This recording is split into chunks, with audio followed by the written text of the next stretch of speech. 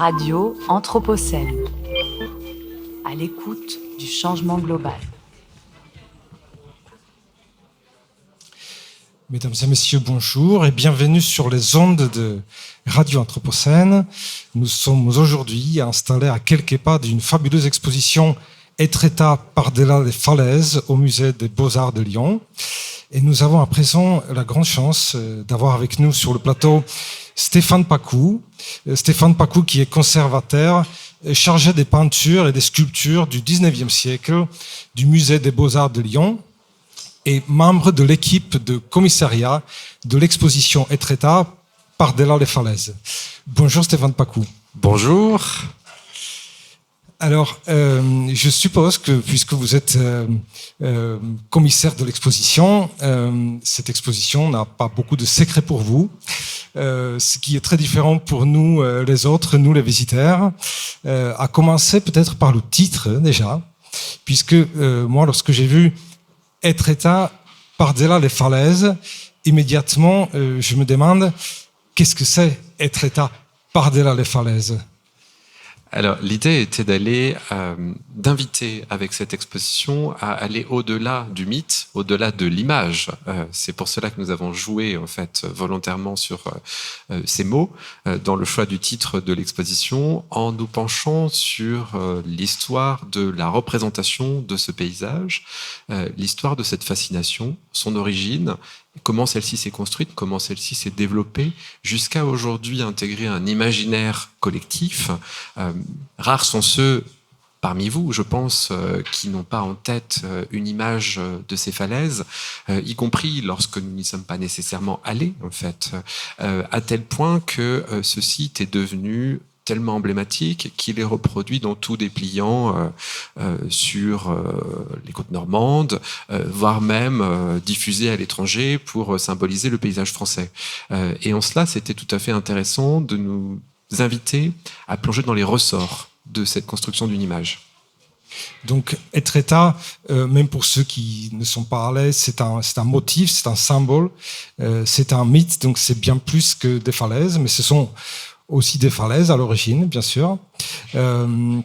Alors, comment est né ce motif, ce symbole? Est-ce qu'on pourrait faire un petit saut dans le temps?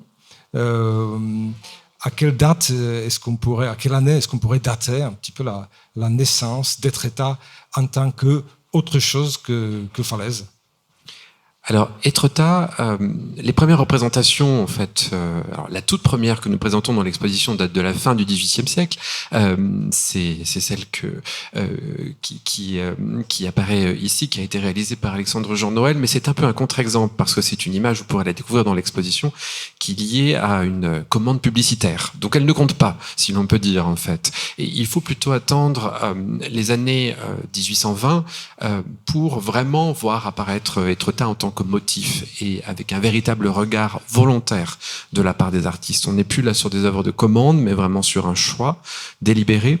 Alors ça tient à un bouleversement du regard, ce qui est tout à fait intéressant parce que, comme cela a pu être dit auparavant, Etretat, auparavant, ne retient pas, le regard n'est pas vu. On n'admire pas ce site, en fait. C'est un simple village de pêcheurs qui est assez coupé du monde, par ailleurs, qui n'est relié, en fait, aux villes environnantes que par des mauvais chemins, donc il est difficilement accessible par la route, il est plutôt accessible par la mer, et donc ce qui fait qu'il est assez à l'écart, en fait. Il y a cette petite communauté de pêcheurs qui vit là, et c'est un peu par hasard finalement que les premiers artistes vont venir, et il va en fait, ce site va connaître ses représentations parce que le regard a été préparé désormais à l'apprécier en tant que tel. Donc c'est assez intéressant aussi de prendre en compte le fait que le regard sur la beauté du paysage n'est pas intangible. De tout temps, on n'a pas admiré ces falaises. Loin de là, en fait, et que la sensibilité à la nature, elle a évolué au fil du temps, tout comme le goût en matière artistique évolue. Alors, c'est vraiment lié, en fait, à un changement de sensibilité qui a été très bien étudié par l'historien Alain Corbin dans son ouvrage fondamental, Le territoire du vide, où il a montré, en fait, cette évolution du rapport au rivage et à la mer, en fait, au tournant des XVIIIe et XIXe siècles. où auparavant la mer, la côte est un monde qui fait peur, en fait, qu'on associe à l'idée de mort. On est encore sur l'héritage de cette idée biblique du déluge, en fait, qui imprègne encore vraiment les consciences. C'est le monde du naufrage, c'est le monde de la tempête.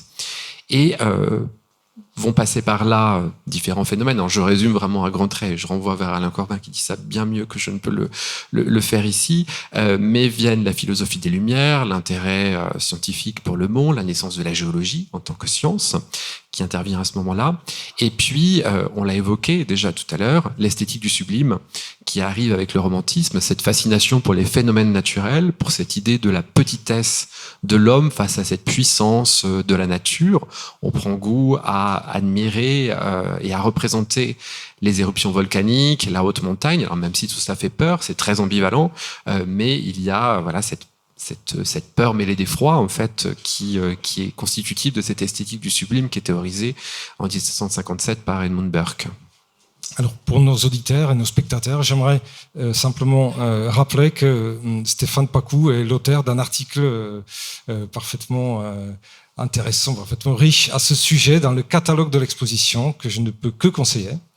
Et vous pouvez retrouver la référence de cette découverte, naissance, mais aussi invention d'être-état. Donc, c'est un article qui s'appelle l'invention du romantisme, non ? L'invention d'être-état autour du romantisme. Autour du romantisme. Et on y apprend notamment que donc la découverte de ce lieu géographique était quasiment fortuite. Comment ça s'est passé ? Il est question d'un ouvrage autour des voyages en France. Tout à fait. Alors, traditionnellement, en fait, il était considéré dans l'historiographie que le découvreur d'Étretat était Eugène Isabey, qui est un peintre romantique, peintre de marine principalement, et toute la tradition historiographique en fait revenait sur la figure de cet artiste qui a réalisé beaucoup d'études à Étretat. Nous en présentons un certain nombre dans l'exposition qui sont absolument fascinantes, mais dans les faits c'est plus complexe que ça. Effectivement, nous avons pu présenter un carnet auquel vous faites allusion ici, qui est antérieur en fait à ces séjours d'Eugène Isabey, qui est un carnet comportant des dessins d'Horace Vernet qui a été très récemment découvert. Nous ne sommes pas les premiers à le présenter. Et l'hypothèse que j'ai émise effectivement est que ce séjour en fait qui serait situé en 1819 d'Horace Vernet serait probablement le premier volontaire à Étretat et serait effectivement assez fortuit. Alors Horace Vernet en fait avait reçu une commande pour réaliser des illustrations pour une grande entreprise éditoriale portée par deux personnages tout à fait fascinants qui sont le baron Taylor et Charles Nodier. L'écrivain Charles Nodier. Cette entreprise qui s'intitule Les voyages pittoresques et romantiques dans l'ancienne France. C'est une entreprise un peu utopique puisqu'ils avaient la volonté de représenter en fait tous les sites des provinces françaises en fait.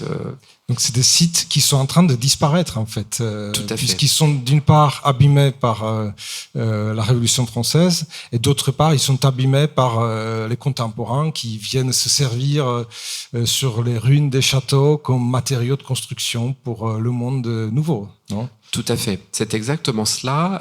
C'est le début d'une conscience patrimoniale aussi qui aboutira ensuite à la naissance de la notion de monument historique. Nous sommes tout à fait contemporains aussi des combats de Victor Hugo pour la défense de ce patrimoine.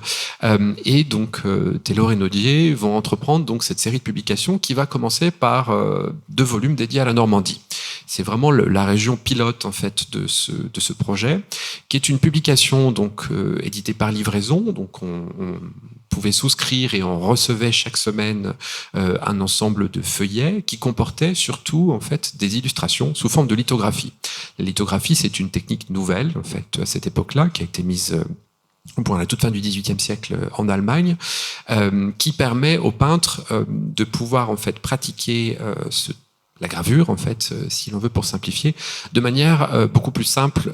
Ça le met à portée des artistes parce que elle se rapproche du dessin dans sa technique, en fait. Et donc, c'est une publication très luxueuse avec de magnifiques lithographies qui vont faire appel aux plus grands artistes du temps, Géricault, mais aussi donc Horace Vernet, qui est encore un jeune artiste qui va être sollicité pour collaborer. Et donc, il se rend en Normandie pour aller étudier les sites pour lesquels on l'a sollicité.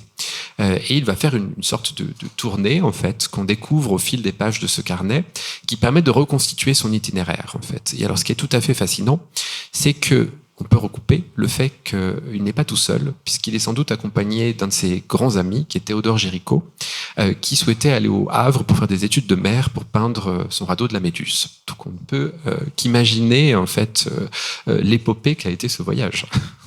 Alors c'est tout à fait passionnant. Malheureusement, on n'a pas beaucoup de temps, donc allons directement au sujet. Le grand livre Les voyages pittoresques et romantiques dans l'ancienne France. Déjà, le titre nous indique le pittoresque, le romantique dans l'ancienne France, donc la France qui est en train de disparaître. Répertorie les monuments en train de disparaître, les monuments français, et y ajoute des paysages, ou en tout cas des lieux géographiques qui se retrouvent un petit peu au même titre que les châteaux, faisant partie d'un patrimoine commun. Et le cas particulier de l'Étretat, c'est que, comme peut-être d'autres paysages, il y a les falaises. Les falaises qui rappellent immédiatement des formes de ruines. Et apparemment, c'est ce qui aurait frappé les voyageurs et les illustrateurs, c'est cette proximité entre l'artifice, la construction humaine et les falaises. Absolument, tout à fait. Et c'est la première fois d'ailleurs que le paysage naturel est mis sur le même plan que les monuments, en fait, dans cette publication. Alors, Étretat n'apparaît pas encore parce que le site n'est pas encore découvert, mais on y voit apparaître pour la première fois des falaises qui sont celles de Pourville. Donc un peu plus loin, on est à côté de Dieppe. Mais effectivement, c'est très juste cette idée que vous évoquez, puisque sous la plume, effectivement, de la plupart des commentateurs, c'est d'ailleurs ce qu'évoque Victor Hugo quand il écrit à son épouse dans une lettre, c'est la plus gigantesque architecture qu'il y ait, c'est cette comparaison entre falaise et architecture, qu'on va vraiment revenir beaucoup chez les artistes également. Nous avons une autre publication dont je vous présente ici une gravure qui vient l'illustrer, où très explicitement on décrit en fait ces falaises d'Étretat. Alors vous pouvez voir que c'est très fantaisiste dans la représentation. L'artiste n'y est jamais allé sans doute. En fait, il imagine ce site, il en fait quelque chose de complètement fantastique. Mais le texte en fait nous écrit que nous sommes dans un château pré-adamite, c'est-à-dire avant en fait Adam en fait avant la création de l'homme, ce qui est très romantique comme concept en fait cette idée, mais voilà, on est vraiment dans cette assimilation entre construction naturelle et construction humaine en fait. Donc, ce que vous dites justement, c'est que le site lui-même vient quelque part conforter les attentes des romantiques qui sont à la recherche des paysages romantiques. Donc il découvre, puisqu'il colle, il remplit une place qui est déjà prévue pour ce type de lieu. Tout à fait, mais en cela, c'est ce que nous avons aussi voulu montrer dans le parcours de l'exposition. Il ne diffère pas des artistes qui viendront après, puisque chacun finalement va utiliser ce paysage comme un support pour ses propres considérations artistiques et pour ses propres recherches. Donc il y a cette idée de capacité d'un lieu à peut-être cristalliser les attentes de toute une époque, et vous parlez du changement des regards. Est-ce que, plus largement, au-delà d'Étretat, est-ce que vous pourriez nous parler un petit peu de ce changement de regard? En tout cas, c'est quoi ce regard nouveau qui est à la recherche du sublime ou d'une connexion à la nature, ou c'est quoi exactement? Alors, on n'est pas tant dans la recherche d'une connexion à la nature que d'une fascination pour les phénomènes de celle-ci. Dans ce tournant des 18e et 19e siècles, la connexion à la nature arrive un peu plus tard. Elle se produit peut-être plutôt dans la forêt de Fontainebleau, où des artistes autour de Théodore Rousseau, qui a été mis en lumière par une exposition remarquable au Petit Palais voici 2 ans, donc par Servan Darny de Vitry, lui est vraiment peut-être celui qui vient introduire cette idée de connexion en fait à la nature et à la portée. Mais on est en fait déjà dans une génération plus tard en fait. On a dépassé cette idée du sublime, du romantisme pour chercher, même si on en est encore l'héritier sous certains aspects, notamment plastiques. Mais voilà, on va aller vers une autre approche par ce biais-là en fait. Et le sublime là-dedans, est-ce que c'est quelque chose qui est nouveau, comme quelque chose qui a été plus tard écrit par Edmund Burke, hein, est-ce que c'est une notion nouvelle dans l'art qui arrive ou Alors, je ne m'hasarderai pas à vous retracer toute la généalogie du concept philosophique de sublime. Ça a été tout à fait bien étudié, notamment par Alain Roger, je renvoie vers ses écrits. Mais alors ça remonte en fait à l'Antiquité, en fait, cette notion, on va retrouver ça dans les écrits du Pseudo-Longin. Mais c'est vraiment Edmund Burke qui va l'introduire dans le champ de l'esthétique, en tout cas en Angleterre. Les Anglais sont les premiers qui vont s'en emparer. Cette notion arrive avec un petit peu de décalage ensuite en France. Elle va être extrêmement importante, en tout cas dans le champ artistique à l'époque du romantisme. Elle continuera à imprégner ensuite beaucoup d'œuvres. On la retrouve encore, par exemple, chez Courbet, hein, qui en est encore l'héritier en quelque sorte, avec ses falaises ou avec ses vagues, quand il est à Étretat. Je vous invite à vous rendre dans l'exposition pour trouver notamment ce mur de vagues, en fait, qui vous montre vraiment comment cette idée de petitesse de l'homme face à la puissance des éléments naturels s'exprime encore, en fait. Alors, pour terminer, peut-être nous pourrions évoquer ce parallèle étonnant entre ce moment de découverte d'Étretat, qui rappelle d'une part les ruines, mais où on voit immédiatement que c'est un phénomène qui a été généré par un effondrement successif de la falaise, etc. Et ce qui fascine donc sur ce site, c'est aussi l'idée d'une disparition imminente. Et puis, nous sommes aujourd'hui dans un moment anthropocène où on découvre tous les jours certaines espèces animales, notamment quasiment au moment où elles sont sur le point de disparaître. Est-ce que ça a été voulu de faire refléter, de télescoper un petit peu le thème de cette exposition avec les enjeux contemporains? Bien sûr, on ne peut pas, en tout cas, réaliser une exposition comme celle-ci sans se poser la question des enjeux qui sont liés à ce site aujourd'hui. Alors, l'idée est effectivement d'inviter à s'interroger sur notre perception du paysage, en tout cas, et pourquoi effectivement ce lieu est devenu mythe, et de poser effectivement les questionnements qui l'accompagnent, de sa préservation, en tout cas comment peut-on œuvrer. En tout cas, l'idée n'est pas de contribuer à ajouter au surtourisme, loin de là. Ce qui est très intéressant, en tout cas aussi à mettre en avant, c'est que cette idée en fait du surtourisme, elle apparaît déjà au 19e siècle en fait à Étretat, et on la voit déjà dans la correspondance des artistes en particulier, qui se plaignent en fait que les touristes sont déjà trop nombreux à Étretat. Et d'ailleurs, en parcourant l'exposition, vous verrez que pour la plupart d'entre eux, en fait, les peintres vont faire le choix de les ignorer et de représenter un monde où ils sont absents. Monet vient en hiver, volontairement, en fait, pour cette raison, pour fuir les touristes.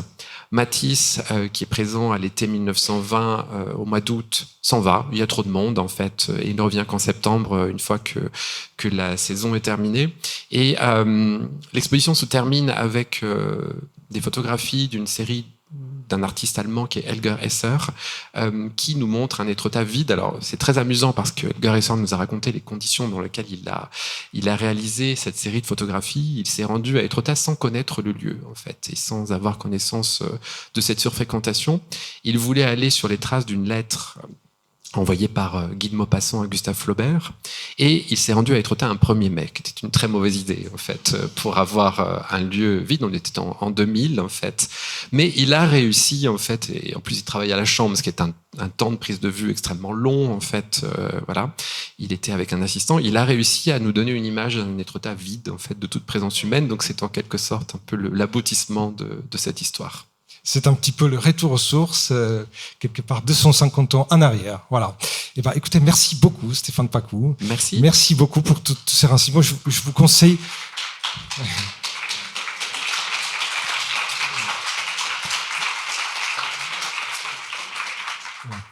Restez avec nous. On fait un petit changement de plateau et on enchaîne immédiatement sur l'érosion des côtes.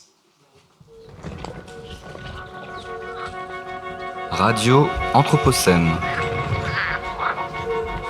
À l'écoute du changement global.